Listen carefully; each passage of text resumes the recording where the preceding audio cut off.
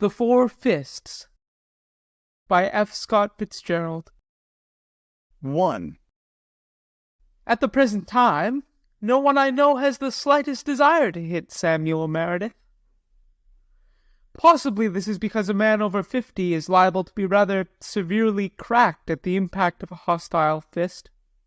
But, for my part, I am inclined to think that all his hitable qualities have quite vanished.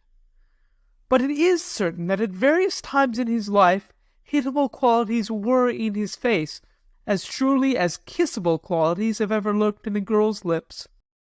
I'm sure everyone has met a man like that, been casually introduced, even made a friend of him, yet felt he was the sort who aroused passionate dislike, expressed by some in the involuntary clinching of fists, and in others by mutterings about taking a poke and landing a Swiss smash in the eye. In the juxtaposition of Samuel Meredith's features, this quality was so strong that it influenced his entire life. What was it? Not the shape, certainly, for he was a pleasant-looking man from earliest youth, broad-browed with grey eyes that were frank and friendly. Yet I've heard him tell a roomful of reporters angling for a success story that he'd be ashamed to tell them the truth, that they wouldn't believe it, that it wasn't one story but four, that the public would not want to read about a man who had been walloped into prominence. It all started at Phillips Andover Academy when he was 14.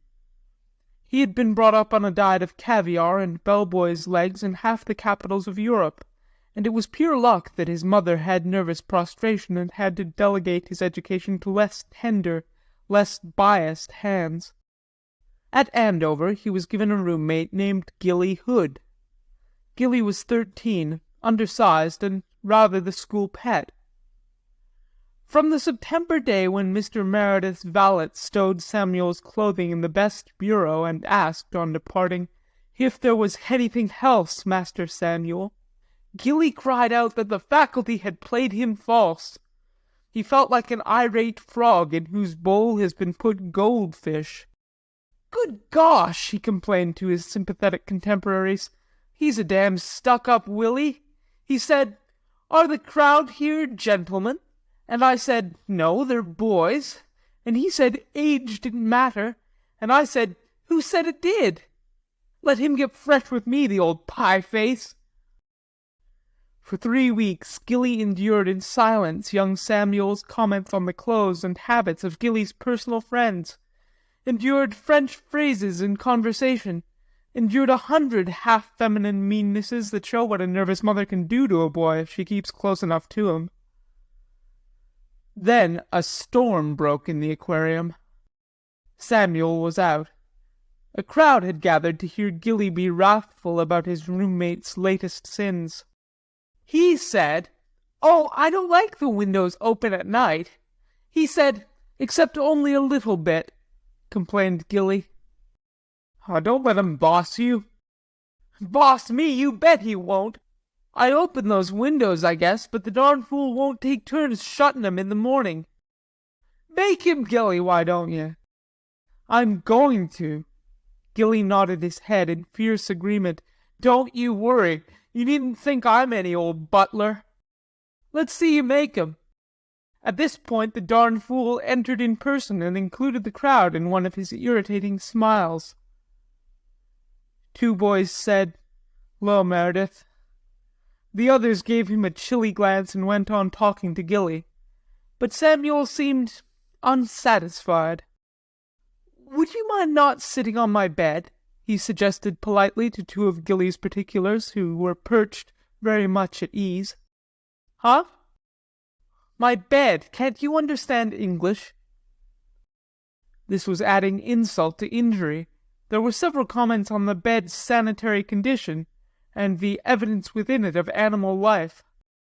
"What's the matter with your old bed?" demanded Gilly truculently. "Oh, the bed's all right, but—" Gilly interrupted this sentence by rising and walking up to Samuel. He paused several inches away and eyed him fiercely. "You and your crazy old bed," he began. "You and your crazy—" "Go to it, Gilly," murmured someone. "Show the darn fool." Samuel returned the gaze coolly. "Well," he said finally, "it's my bed." He got no further, for Gilly hauled off and hit him succinctly in the nose. "Yeah, Gilly! Show the big bully! Just let him touch you, he'll see!" The group closed in on them, and for the first time in his life Samuel realized the insuperable inconvenience of being passionately detested. He gazed around helplessly at the glowering, violently hostile faces. He towered a head taller than his roommate, so if he hit back he'd be called a bully, and have half a dozen more fights on his hands within 5 minutes. Yet if he didn't, he was a coward. For a moment he stood there facing Gilly's blazing eyes, and then, with a sudden choking sound, he forced his way through the ring and rushed from the room. The month following bracketed the 30 most miserable days of his life. Every waking moment he was under the lashing tongues of his contemporaries. His habits and mannerisms became butts for intolerable witticisms, and, of course, the sensitiveness of adolescence was a further thorn. He considered that he was a natural pariah, that the unpopularity at school would follow him through life. When he went home for the Christmas holidays, he was so despondent that his father sent him to a nerve specialist. When he returned to Andover, he arranged to arrive late, so that he could be alone in the bus during the drive from station to school. Of course, when he had learned to keep his mouth shut, everyone promptly forgot all about him. The next autumn, with his realization that consideration for others was the discreet attitude, he made good use of the clean start given him by the shortness of boyhood memory. By the beginning of his senior year, Samuel Meredith was one of the best-liked boys of his class, and no one was stronger for him than his first friend and constant companion, Gilly Hood. 2. Samuel became the sort of college student who in the early 90s drove tandems and coaches and tally-hoes between Princeton and Yale and New York City to show that they appreciated the social importance of football games. He believed passionately in good form. His choosing of gloves, his tying of ties, his holding of reins were imitated by impressionable freshmen. Outside of his own set he was considered rather a snob, but as his set was the set, it never worried him. He played football in the autumn, drank highballs in the winter, and rode in the spring. Samuel despised all those who were merely sportsmen without being gentlemen, or merely gentlemen without being sportsmen. He lived in New York, and often brought home several of his friends for the week-end. Those were the days of the horse-car, and in case of a crush it was, of course, the proper thing for any one of Samuel's set to rise and deliver his seat to a standing lady with a formal bow. One night in Samuel's junior year he boarded a car with 2 of his intimates. There were 3 vacant seats.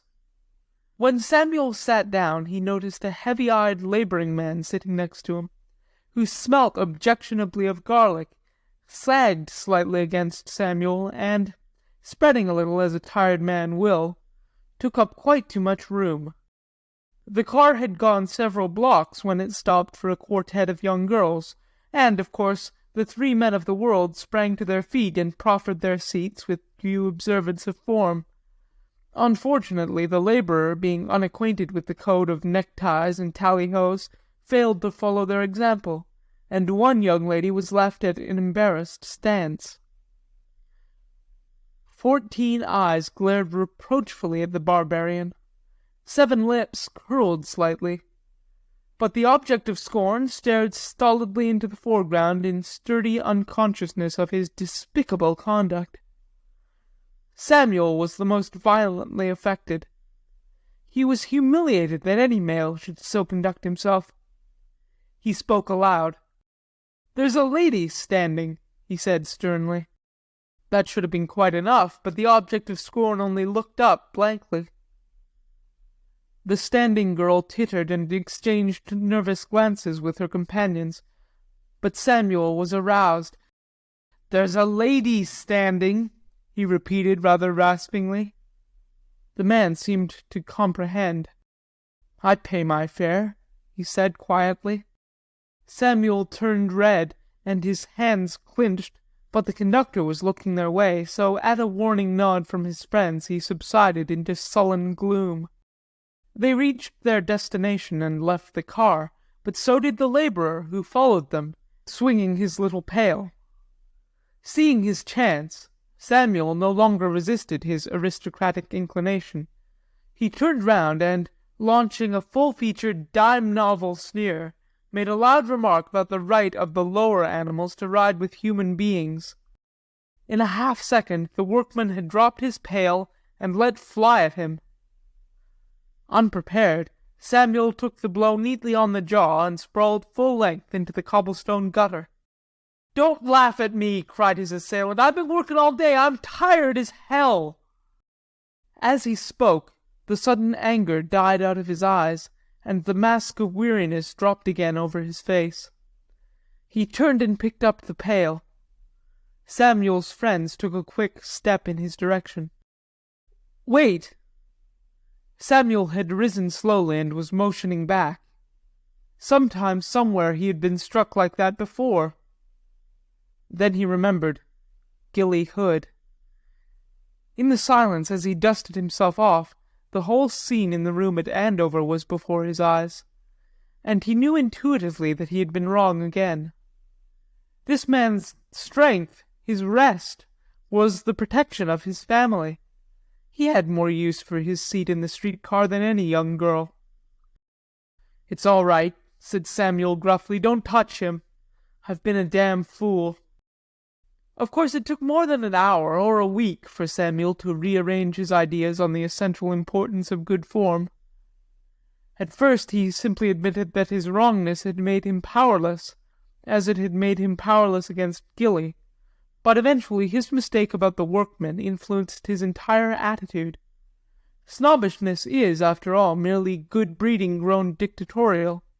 So Samuel's code remained, but the necessity of imposing it upon others had faded out in a certain gutter. Within that year his class had somehow stopped referring to him as a snob. 3. After a few years, Samuel's university decided that it had shone long enough in the reflected glory of his neckties, so they declaimed to him in Latin and charged him $10 for the paper, which proved him irretrievably educated, and sent him into the turmoil with much self-confidence, a few friends, and the proper assortment of harmless bad habits. His family had by that time started back to shirt-sleeves, through a sudden decline in the sugar market, and it had already unbuttoned its vest, so to speak, when Samuel went to work. His mind was that exquisite tabula rasa that a university education sometimes leaves, but he had both energy and influence, so he used his former ability as a dodging halfback in twisting through Wall Street crowds as a runner for a bank. His diversion was women. There were half a dozen, 2 or 3 debutantes, an actress in a minor way, a grass widow, and one sentimental little brunette who was married and lived in a little house in Jersey City. They had met on a ferry boat. Samuel was crossing from New York on business. He had been working several years by this time, and he helped her look for a package that she had dropped in the crush. "Do you come here often?" he inquired casually. "Just to shop," she said shyly. She had great brown eyes and the pathetic kind of little mouth. "I've only been married 3 months, and we find it cheaper to live over here." Does your husband like being alone like this?" She laughed, a cheery young laugh. "Oh, dear me, no. We were to meet for dinner, but I must have misunderstood the place. He'll be awfully worried." "Well," said Samuel disapprovingly, "he ought to be. If you'll allow me, I'll see you home." She accepted his offer thankfully, so they took the cable car together. When they walked up the path to her little house, they saw a light there. Her husband had arrived before her. "He's frightfully jealous," she announced, laughingly apologetic. "Very well," answered Samuel rather stiffly. "I'd better leave you here." She thanked him, and, waving a good night, he left her. That would have been quite all if they hadn't met on Fifth Avenue one morning a week later. She started and blushed and seemed so glad to see him that they chatted like old friends. She was going to her dressmaker's, eat lunch alone at Taine's, shop all afternoon and meet her husband on the ferry at 5. Samuel told her that her husband was a very lucky man. She blushed again and scurried off. Samuel whistled all the way back to his office, but about 12 o'clock he began to see that pathetic, appealing little mouth everywhere, and those brown eyes. He fidgeted when he looked at the clock. He thought of the grill downstairs where he lunched and the heavy male conversation thereof, and opposed to that picture appeared another, a little table at Taine's with the brown eyes and the mouth a few feet away. A few minutes before 12:30 he dashed on his hat and rushed for the cable car. She was quite surprised to see him. "Why, hello," she said. Samuel could tell that she was just pleasantly frightened. "I thought we might lunch together. It's so dull eating with a lot of men." She hesitated. "Why, I suppose there's no harm in it. How could there be?" It occurred to her that her husband should have taken lunch with her, but he was generally so hurried at noon. She told Samuel all about him. He was a little smaller than Samuel, but much better looking. He was a bookkeeper and not making a lot of money, but they were very happy and expected to be rich within 3 or 4 years.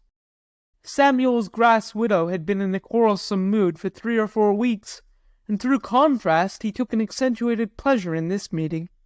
So fresh was she, and earnest, and faintly adventurous. Her name was Marjorie. They made another engagement. In fact, for a month they lunched together 2 or 3 times a week.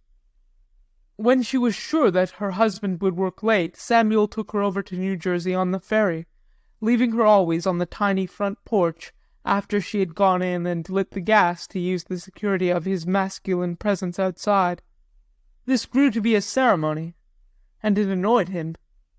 Whenever the comfortable glow fell out through the front windows, that was his congé. Yet he never suggested coming in, and Marjorie didn't invite him. Then, when Samuel and Marjorie had reached a stage in which they sometimes touched each other's arms gently, just to show that they were very good friends, Marjorie and her husband had one of those ultra-sensitive, supercritical quarrels that couples never indulge in unless they care a great deal about each other. It started with a cold mutton chop or a leak in the gas jet, and one day Samuel found her in Taine's with dark shadows under her brown eyes and a terrifying pout. By this time Samuel thought he was in love with Marjorie, so he played up the quarrel for all it was worth. He was her best friend, and patted her hand, and leaned down close to her brown curls while she whispered in little sobs what her husband had said that morning. And he was a little more than her best friend when he took her over to the ferry in a hansom. "Marjorie," he said gently when he left her as usual on the porch, "if at any time you want to call on me, remember that I'm always waiting. Always waiting." She nodded gravely and put both her hands in his. "I know," she said. "I know you're my friend. My best friend." Then she ran into the house, and he watched there until the gas went on.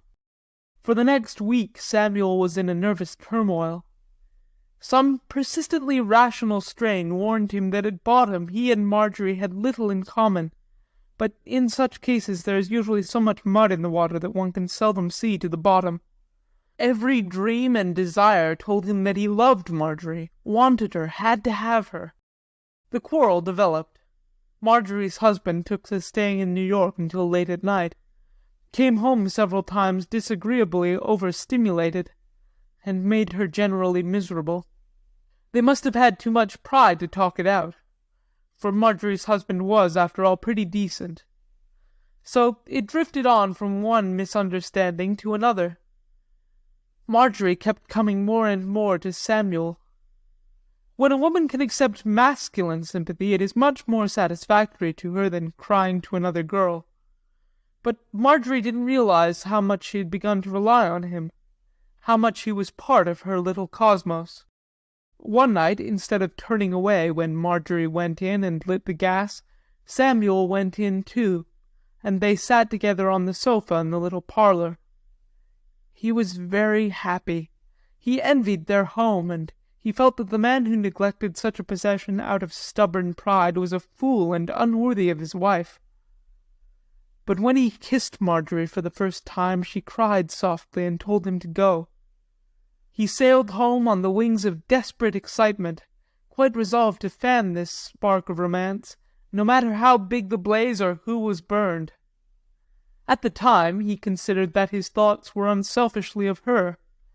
In a later perspective, he knew that she had meant no more than the white screen in a motion picture. It was just Samuel. Blind. Desirous. Next day at Taine's, when they met for lunch, Samuel dropped all pretense and made frank love to her. He had no plans, no definite intentions, except to kiss her lips again, to hold her in his arms and feel that she was very little and pathetic and lovable. He took her home, and this time they kissed until both their hearts beat high, words and phrases formed on his lips. And then suddenly there were steps on the porch. A hand tried the outside door. Marjorie turned dead white. "Wait!" she whispered to Samuel in a frightened voice. But in angry impatience at the interruption, he walked to the front door and threw it open. Everyone has seen such scenes on the stage, seen them so often that when they actually happen, people behave very much like actors. Samuel felt that he was playing a part, and the lines came quite naturally. He announced that all had a right to lead their own lives, and looked at Marjorie's husband menacingly as if daring him to doubt it. Marjorie's husband spoke of the sanctity of the home, forgetting that it hadn't seemed very holy to him lately. Samuel continued along the line of the right to happiness. Marjorie's husband mentioned firearms and the divorce court.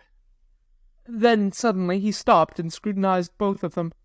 Marjorie in a pitiful collapse on the sofa, Samuel haranguing the furniture in a consciously heroic pose. "Go upstairs, Marjorie," he said, in a different tone. "Stay where you are," Samuel countered quickly. Marjorie rose, wavered, and sat down, rose again, and moved hesitatingly toward the stairs. "Come outside," said her husband to Samuel. "I want to talk to you." Samuel glanced at Marjorie, tried to get some message from her eyes. Then he shut his lips and went out. There was a bright moon, and when Marjorie's husband came down the steps, Samuel could see plainly that he was suffering. But he felt no pity for him. They stood and looked at each other a few feet apart, and the husband cleared his throat as though it were a bit husky. "That's my wife," he said quietly, and then a wild anger surged up inside him. "Damn you!" he cried, and hit Samuel in the face with all his strength. In that second, as Samuel slumped to the ground, it flashed to him that he had been hit like that twice before, and simultaneously the incident altered like a dream. He felt suddenly awake. Mechanically, he sprang to his feet and squared off. The other man was waiting, fists up, a yard away, but Samuel knew that though physically he had him by several inches and many pounds, he wouldn't hit him. The situation had miraculously and entirely changed. A moment before, Samuel had seemed to himself heroic. Now he seemed the cad, the outsider, and Marjorie's husband, silhouetted against the lights of the little house, the eternal heroic figure, the defender of his home. There was a pause, and then Samuel turned quickly away, and went down the path for the last time. 4. Of course, after the third blow, Samuel put in several weeks at conscious introspection. The blow years before at Andover had landed on his personal unpleasantness. The workmen of his college days had jarred the snobbishness out of his system, and Marjorie's husband had given a severe jolt to his greedy selfishness. It threw women out of his ken until a year later when he met his future wife. For the only sort of woman worth while seemed to be the one who could be protected as Marjorie's husband had protected her. Samuel could not imagine his grass widow, Mrs. de Ferriac, causing any righteous blows on her own account.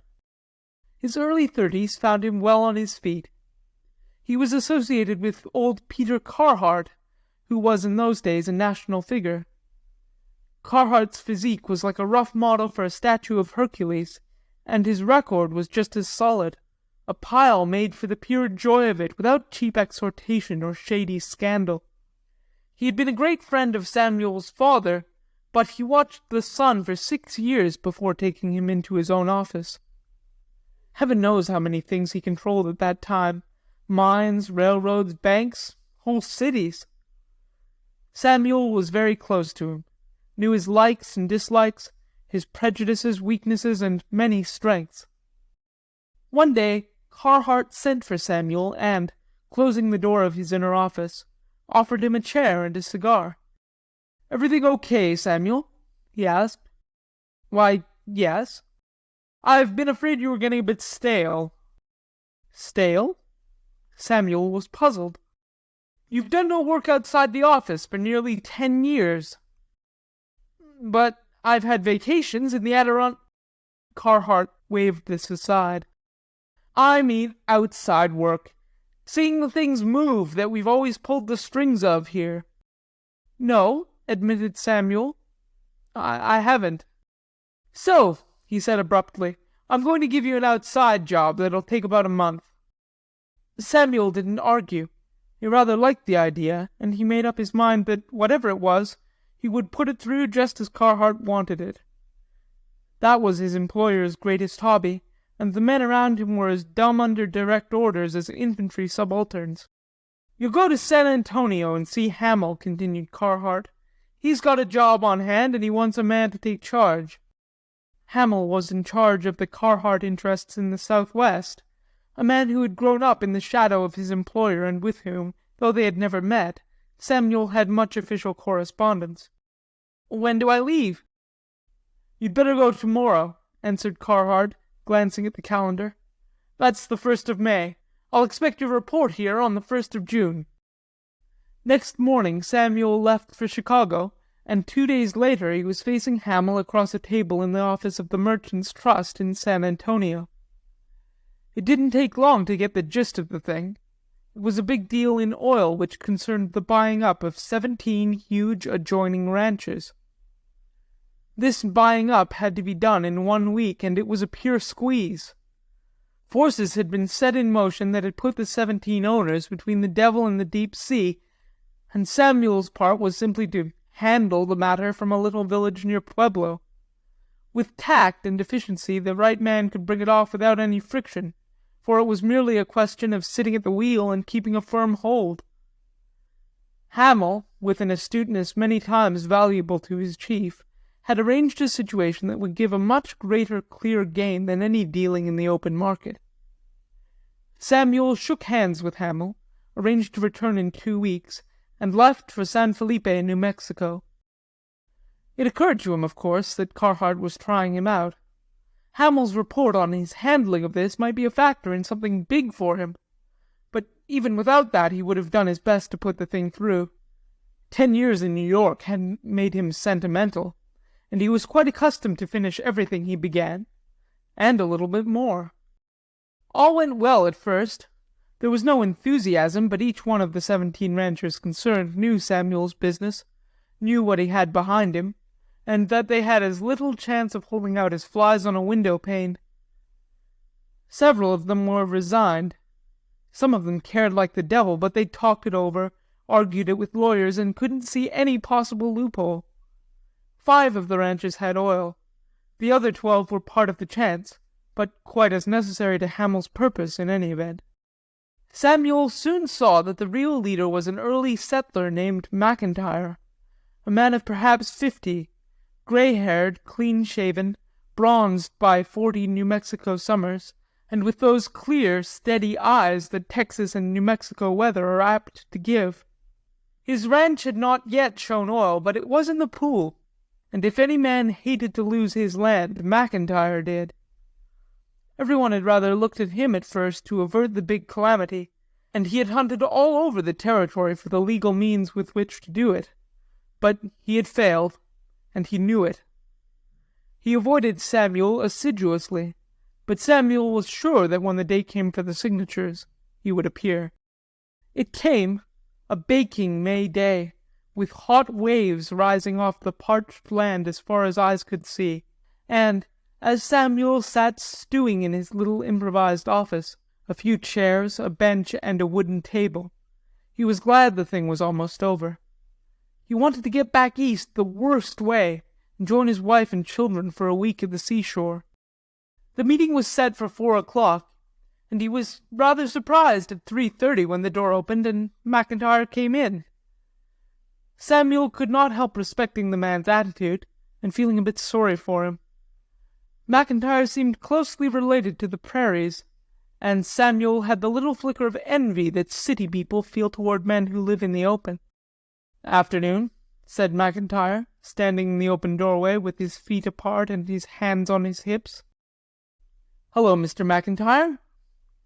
Samuel rose, but omitted the formality of offering his hand. He imagined the rancher cordially loathed him, and he hardly blamed him. McIntyre came in and sat down leisurely. "You got us," he said suddenly. This didn't seem to require any answer. "When I heard Carhart was back of this," he continued, "I gave up." "Mr. Carhart is—" began Samuel, but McIntyre waved him silent. "Don't talk about that dirty sneak thief." "Mr. McIntyre," said Samuel briskly, "if this half-hour is to be devoted to that sort of talk—" "Oh, dry up, young man," McIntyre interrupted. "You can't abuse a man who'd do a thing like this." Samuel made no answer. "It's simply a dirty filch. There just are skunks like him too big to handle." "You're being paid liberally," offered Samuel. "Shut up," roared McIntyre suddenly. "I want the privilege of talking." He walked to the door and looked out across the land, the sunny, steaming pasturage that began almost at his feet and ended with the grey-green of the distant mountains. When he turned around, his mouth was trembling. "Do you fellows love Wall Street?" he said hoarsely. "Or wherever you do your dirty scheming?" He paused. "I suppose you do. No critter gets so low that he doesn't sort of love the place he's worked, where he's sweated out the best he's had in him." Samuel watched him awkwardly. McIntyre wiped his forehead with a huge blue handkerchief and continued, "I reckon this rotten old devil had to have another $1,000,000. I reckon we're just a few of the poor he's blotted out to buy a couple more carriages or something." He waved his hand toward the door. "I built a house out there when I was 17 with these 2 hands. I took a wife there at 21, added 2 wings, and with 4 mangy steers I started out. 40 summers I've saw the sun come up over those mountains and drop down red as blood in the evening, before the heat drifted off and the stars came out. I've been happy in that house. My boy was born there, and he died there, late one spring, in the hottest part of an afternoon like this. Then the wife and I lived there alone like we'd lived before, and we sort of tried to have a home.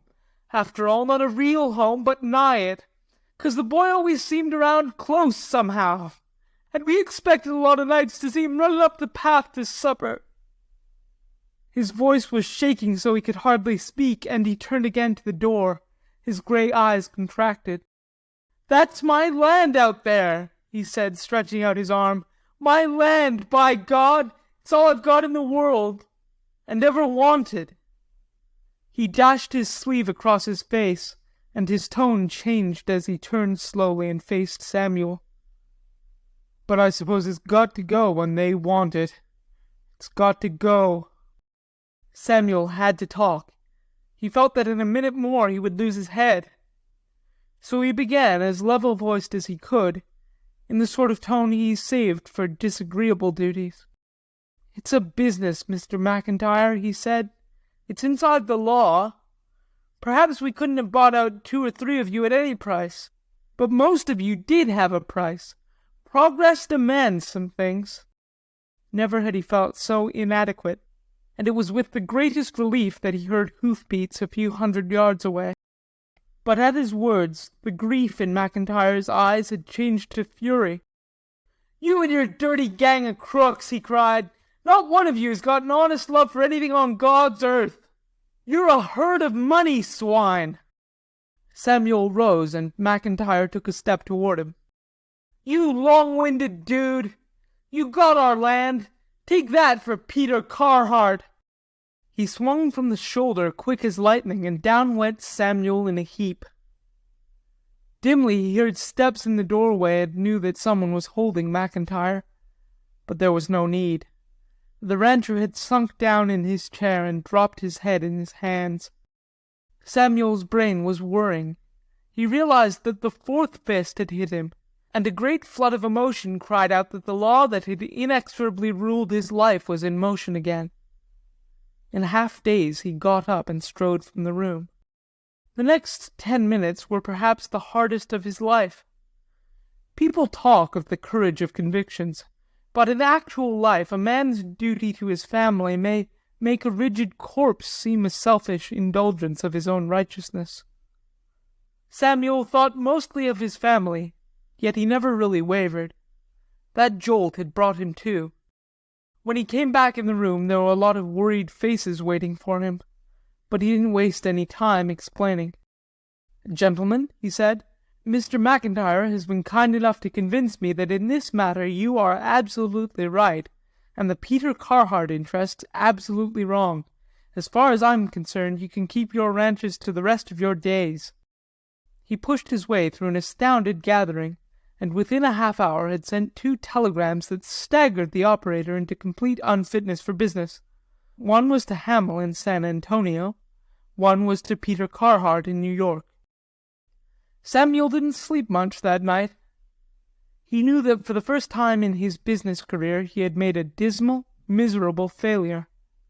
But some instinct in him, stronger than will, deeper than training, had forced him to do what would probably end his ambitions and his happiness. But it was done, and it never occurred to him that he could have acted otherwise. Next morning 2 telegrams were waiting for him. The first was from Hamel. It contained 3 words. "You blamed idiot!" The second was from New York. "Deal off. Come to New York immediately. Carhart." Within a week, things had happened. Hamel quarrelled furiously and violently defended his scheme. He was summoned to New York and spent a bad half-hour on the carpet in Peter Carhart's office. He broke with the Carhart interests in July, and in August Samuel Meredith, at 35 years old, was, to all intents, made Carhart's partner. The fourth fist had done its work. I suppose that there's a caddish streak in every man that runs crosswise across his character and disposition and general outlook. With some men it's secret and we never know it's there until they strike us in the dark one night. But Samuel's showed when it was in action, and the sight of it made people see red. He was rather lucky in that, because every time his little devil came up, it met a reception that sent it scurrying down below in a sickly, feeble condition. It was the same devil, the same streak, that made him order Gilly's friends off the bed, that made him go inside Marjorie's house. If you could run your hand along Samuel Meredith's jaw, you'd feel a lump. He admits he's never been sure which fist left it there, but he wouldn't lose it for anything. He says there's no cad like an old cad, and that sometimes, just before making a decision, it's a great help to stroke his chin. The reporters call it a nervous characteristic, but it's not that. It's so he can feel again the gorgeous clarity, the lightning sanity of those 4 fists. If you like the video, put a like, subscribe to the channel and click on the bell to not miss our new videos.